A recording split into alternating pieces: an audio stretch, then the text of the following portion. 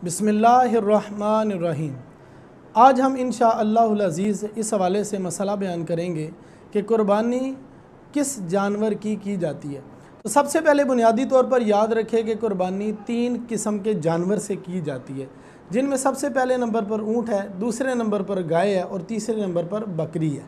ये बात याद रखें कि ऊँट का तो मसला नहीं है कि चाहे ऊँट करे चाहे ऊँटनी करे। उसके बाद जब गाय की बारी आती है तो ये बात याद रखी जाए कि इसके अंदर गाय की जो भी कैटेगरी आती है वो सारे के सारे जानवर इस कैटेगरी के तहत आ जाते हैं। जैसे मिसाल के तौर पर अगर गाय कहा तो इससे मुराद ये है कि गाय भी आ गया, जिसको हमारे यहाँ पंजाबी में वच्छा कहा जाता है, वो भी आ गया, भैंस भी आ गई, या जिसको हमारे यहाँ कट्टा कहा जाता है वो भी आ गया। तो ये सारे जानवर गाय के तहत दाखिल होंगे। उसके बाद जब बकरी का आ गया तो इस कैटेगरी के जितने भी जानवर हैं वो सारे के सारे शामिल हो गए। जैसे बकरी होगी, बकरा हो गया, दुम्बा हो गया, छतरा हो गया, तो या भेड़ हो गई। तो ये सारे के सारे जानवर भी इस कैटेगरी के तहत आ जाते हैं। उसके बाद ये कितना होना चाहिए, इनकी उम्र के वाले से भी समाअत फरमाएँ कि बकरी और इसकी कैटेगरी के जितने भी जानवर हैं इन सब की उम्र शरीयत मुताहरा में 1 साल है।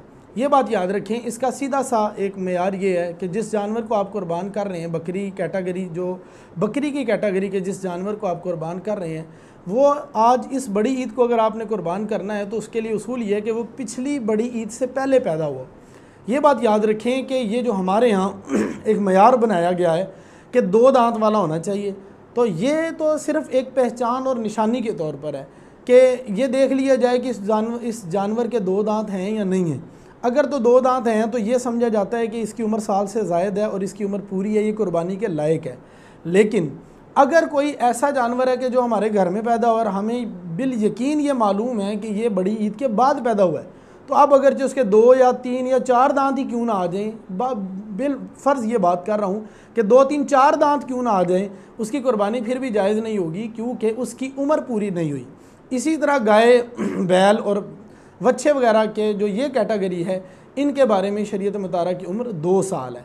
अगर इनकी उम्र 2 साल से कम है तो ऐसी सूरत में इनकी कुर्बानी जायज़ नहीं होगी।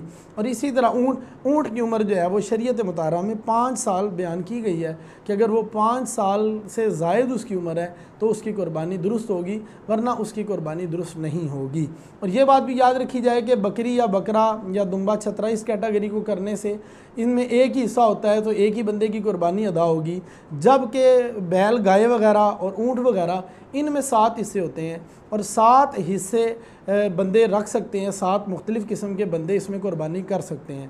तो 7 बंदों से ज़्यादा नहीं हो सकते और 7 बंदे होंगे और वो मुतय्यन करने होंगे कि ये 7 कुर्बानियाँ इस जानवर के अंदर हैं और ये फ़लाँ फ़लाँ की कुर्बानी है। तो ये मसला जानवरों के हवाले से अल्लाह तबारक व तआला हमें किसकी कुर्बानी दुरुस्त है और किसकी नहीं, इसको खूब समझने की तौफ़ीक अता फ़रमाए।